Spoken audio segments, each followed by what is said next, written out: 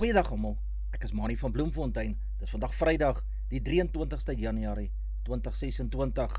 Ons doen die nuus in kollig en ons hoofopskrifte vandag sê Louis Liebenberg moet nog 2 maande wag vir 'n bed in Weskoppies Hospitaal. Nuushooftrekke vir vandag: Suid-Afrika sal nou sy beleid moet begin verander oor die buiteland. Louis Liebenberg moet nog 2 maande wag vir 'n bed in Weskoppies Hospitaal. Watertekorte en brande gaan as rampe verklaar word. Man wat 1 toiletrol gesteel het by sy werk, heraangestel met agterstallige salaris. Leeu speel vanaand teen Ospreys in Wallis. Iga Swiatek wen tweede ronde tennistoernooi ook gemaklik. Louis Liebenberg het gister by sy eerste verskyning van jaar in die Landdroshof in Bronkhorstspruit gehoor. Hy sal nog minstens 1 tot 2 maande moet wag op 'n bed in die Weskoppies Psigiatriese Hospitaal. Hy is tans 41ste op die waglys. Hy het 10 plekke opgeskuif sedert sy laaste verskyning op 10 Desember, toe hy ook alleen in die beskuldigde bank gestaan het. Die hof het in Augustus gelas, hy moet eers vir 30 dae psigiatries waargeneem word voordat hy enigstens kan aansoek doen om borgtog. Liebenberg sal weer op Vrydag, 13 Februarie saam met sy vrou Desi en hulle 7 medebeskuldigdes moet verskyn. Hulle staan saam met hom op minstens 59 aanklagte van bedrog, diefstal, geldwasery en rampokketereg weens sy diamantpakkie skema Forever Diamonds in Gold, waar meer as 44.000 beleggers na bewering sowat 4 miljard rand ingestort het. Liebenberg, wat in die Gosimampuru 2 gevangenis se C-Max afdeling aangehou word, sal dan ook weer hoor waar hy op die Weskoppies se waglys is en die saak sal dan op verwagting na die Hooggeregshof in Pretoria oorgeplaas moet word. Vennote in die regering van nasionale eenheid, die RNE, moet dringend hulle godla oor Suid-Afrika se buitelandse beleid hou, omdat die land vinnig sy plek in die veranderende geopolitiek sal moet vind, so meen John Steenhuisen, DA-leier en minister van Landbou. Die koerant het Woensdag berig dat Dr. Corneille Mulder, leier van die VF+, ook 'n RNE-vennoot gesê het, hy gaan aanstaande week 'n brief aan president Cyril Ramaphosa skryf, waarin hy sal vra vir 'n dringende vergadering om die land se katastrofiese buitelandse beleid te bespreek.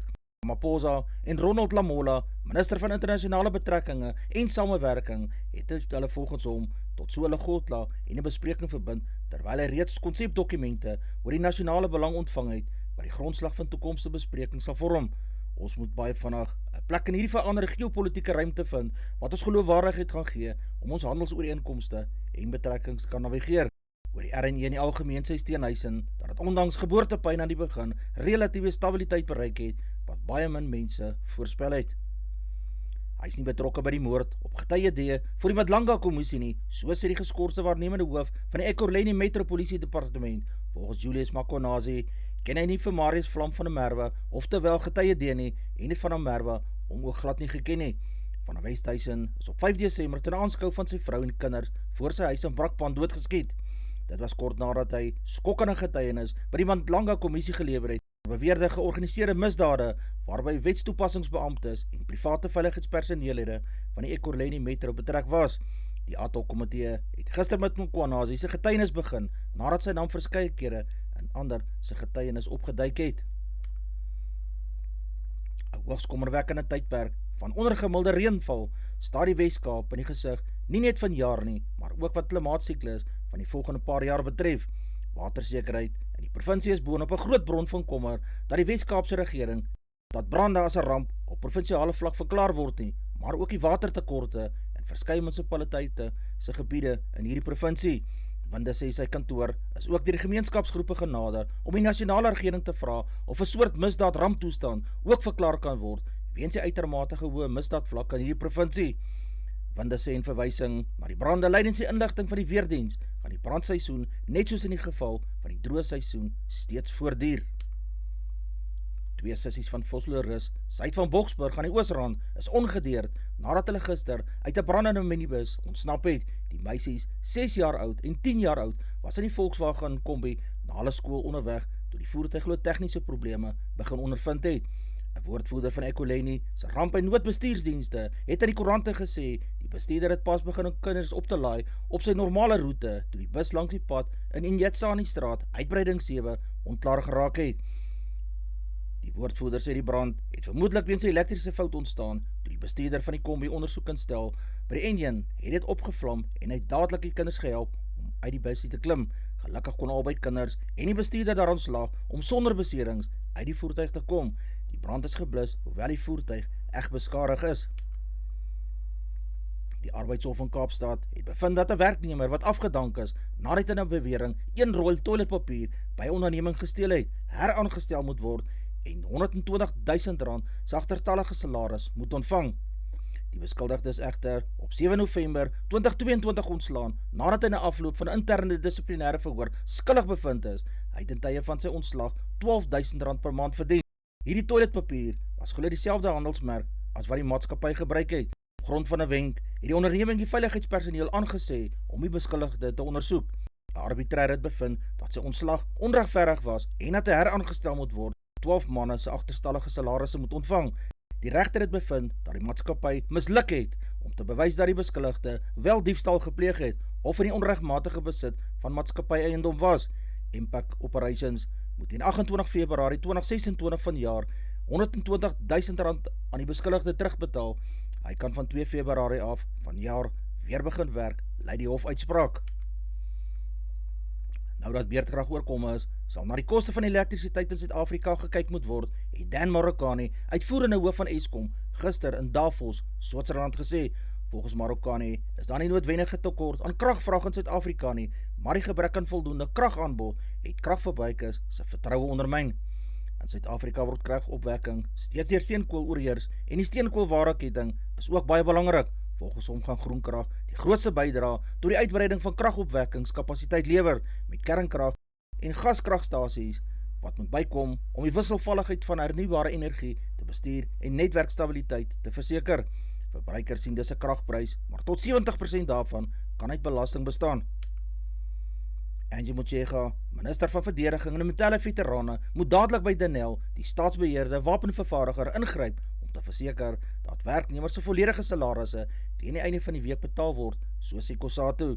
Matthew Parks, parlementêre koördineerder van COSATU, het gister in 'n verklaring gesê die situasie is totaal onvaarbaar, 'n skending van arbeidswetgewing en behoort ten sterkste veroordeel te word. Parks sê voorts, ondersteuning deur Suid-Afrikaanse nasionale weermag, die polisie en private veiligheidssektore moet verskerp word, aangesien plaaslike verkryging die belangrikste roete is om 'n plaaslike bedryf te kweek.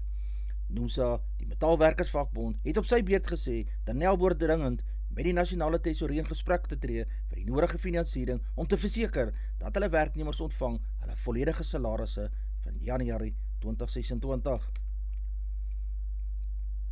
Wanneer jy strijd-osse soos Oxenche, Siya Kolisi, Grant Williams en Vincent Sisuka as impakspelers op jou plaasvervangersbank het, kan met reg verwag word dat hulle die span se lont in die tweede helfte gaan aansteek. Petersen het 7 veranderinge aan sy beginspan aangebring na 'n kampioenebeker oorwinning oor Clement in Durban met die senterbilie Andre Esterhuizen wat terug is om die leiersels as kaptein oor te neem.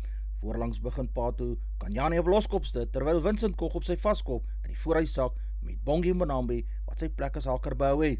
Jason Jenkins verruil die nommer 5 try vir die nommer 4 met Emile van Heerden, sy slotmaat, in die plek van Corneille Raal. Die Stormer sal danksy hulle onoorwonde status in hierdie seisoen se VRK straks die gunstelinge wees, maar Petersen sê dat wedstryde nie op papier gewen kan word nie. Ivan van Rooyen, afrigter van die Leeu's, het 10 veranderinge wat 2 posisionele skuwe insluit aan die Johannesburgers se beginspan aangebring wat verlede week in die Europese uitdagbeker wedstryd teen Perpignan in Frankryk begin het. Daardie wedstryd het hulle met 20 elk gelyk op gespeel. Kriel sal vandag in Wallace op linkervleuel uitdraf in die plek van Angelo David, 'n voormalige blitsbok. David skuif na regtervleuel waar hy Eddie van Kuyter sal vervang. Van 'n bergeskramskakel met die bynaam Krappie neem die Leeu se nommer 10 try by Hasim Piet oor. Op slot neem Ruben Skuman by Etienne Oosthuizen oor vir die kragmeting met die Ospreys. 2 voormalige Cheetahs, Dan Kassendi op vleuel en Tom Botha vaskopstit is in die Ospreys se 23-tal vir die stryd teen die Leeu's gesit. Die Leeu's is tans met 21 punte in die 7de plek op die VRK puntelys, met die Ospreys wat in die 9de plek is met 18 punte. Iga Swiatek, tweede gekeerde het Mary Bazoukova met 6-2, 6-3 in Melbourne gewen om tot die 3de ronde deur te dring. Die Pool kom môre in die 3de ronde teen Rusland se Anna Kalinskaya te staan. Kalinskaya het haar plek in die 3de ronde bespreek deur die Oostenryker se Julia Grabber met 6-3 en 6-3 te wen. Intussen het die tweemalige Australiese Ope wenner Naomi Osaka van Japan weer 3 stelle nodig gehad om haar veldtog lewendig te hou. Osaka wat in 2019 en 2021 die Grand Slam toernooi gewen het, het Sorina Cirstea van Roemenië met 6-3, 4-6 en 6-2 in die tweede ronde gewen. Osaka kom in die derde ronde teen Madison Inglis te staan. Die 10de gekeerde Belinda Bencic van Switserland is deur Nikola Bardnikova van Tsjechiese Republiek geskok. Bardnikova was met 6-3, 0-6 en 6-4 die wenner. Rabakina was met 6-5, 6-2 die wenner teen Frankryk. Se Varvara Krejcikova en Pegula het net 58 minute nodig gehad, het haar landgenoot McCarthy Kessler met 6-0 en 6-2 verslaan. Die Springbok en All Blacks gaan later vanjaar in die eerste keer in die Amerikaanse staatkragte meet. Hierdie geskiedkundige toets gaan op 12 September in Baltimore, Maryland op die tuisveld van die Baltimore Ravens voetbalspan gespeel word. Die Springbok het Amerika met 43-20 dae geklop toe hulle in Houston slags was. Wallace het die Springbokke in 2018 in Washington met 22-20 gewen. Springbok ondersteuners kry 'n guldige geleentheid om die Bok in aksie teen die All Blacks op tuisbodem te sien. Dis opwindend dat ons in Amerika gaan speel en aggenome dat die Wêreldbeker juis oor 'n paar jaar daar gespeel sal word, so sê Rian Oberholzer, uitvoerende hoof vir die Suid-Afrikaanse Rugby Unie. Die voormalige Engelandse kaptein Jamie George het aangekondig dat hy gaan uittreë nadat hy die 2027 seisoen saam met Saracens voltooi het.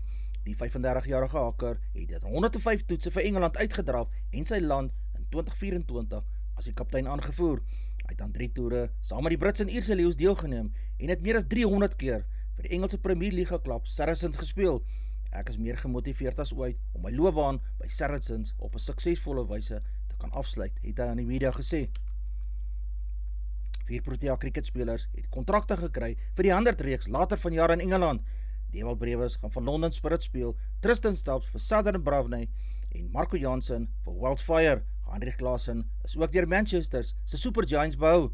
2 van Suid-Afrika se voorste vrouespelers, Laura Wolfhard en Marizanne Kapp, gaan ook in die vroue se weergawe van hierdie witballiga in aksie wees. Wolfhard is die Southern Brave behou en Kapp is deur London Spirit gekontrakteer.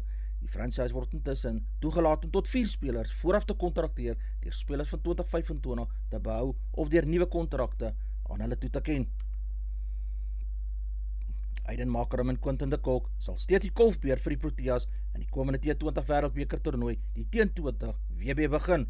Tristan Stubbs is op sy beurt as 'n plaasvervanger wat Donald Ferreira betrek vir die skouspel wat eersdaags in Indië en Sri Lanka begin word. Proteas hoop intussen die ervare David Miller sal fiks genoeg wees vir die T20 Wêreldbeker.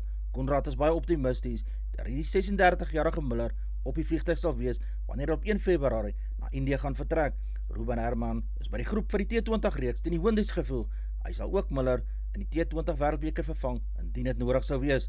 Die Proteas wat nie in die SA20 reeks betrokke is nie, sal vandag saamtrek vir die T20 reeks teen die Windies wat Dinsdag in die Parel gaan begin. Novak Djokovic, 10-malige kampioen in Melbourne, is op die randjie daarvan om nog geskiedenis te maak. Die 38-jarige Djokovic het gister vir die 18de keer in 21 toernooie die derde ronde van die Australiese Ope gehaal, toe hy die Italiaanse kwalifiseerder Francesco Maestrelli met 6-3, 6-2 en 6-2 in hulle eerste ontmoeting gewen het.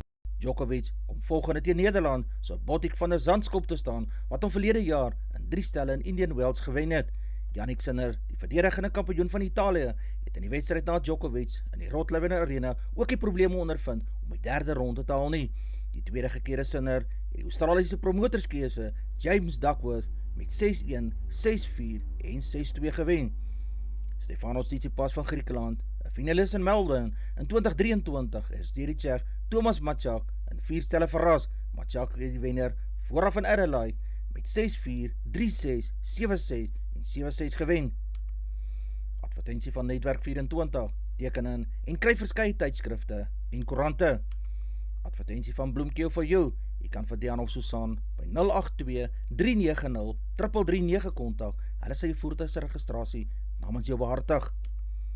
Ons weerberg vir die streek: Messina 1930, Polokwane 1529, Lephalale 1535, Mbombela 1729, Mahikeng 1733, Pretoria 1735, Johannesburg 1734, Ermelo 1130, Galagadi 2137, Gaborone 1835, Richards Bay 2029, Pietermaritzburg 1428, Durban 2029, Port St. John's 1626, Pongola 1932, Maputo 2029, Bethlehem 1333, Bloemfontein 1634, Alabang Noord 1433, Welkom 1935, Vryburg 1936, Kimberley 1936, Appington 1737, Prieska 1736, Springbok 1230, Karasburg 1735, Keetmanshoop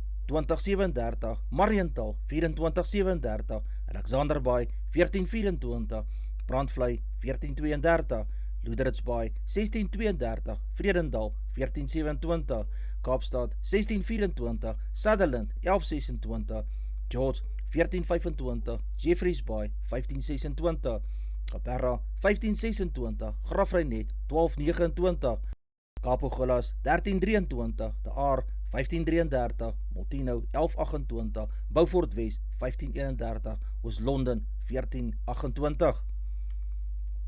Die markte vir die dag, die rand verhandel teen R16.21 teenoor die Amerikaanse dollar, die Australiese dollar kos R11.05, die euro kos R18.99, die pond verhandel teen R21.76, 'n yen kos 10 sent, platinum se prys per fyn ons is $2,501, palladium per fyn ons is $1,868, silwer per fyn ons is $93.55 Amerikaanse sent, goud per fyn ons is $4,824, Brent olie per vat is $65.24 Amerikaanse sent.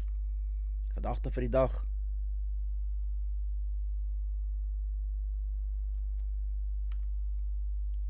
Dis al vir vandag. Onthou om te like, deel met jou vriende en jou vriendinne en onthou te subscribe op my kanaal. 'n Aangename dag en naweek word vir almal toegewens.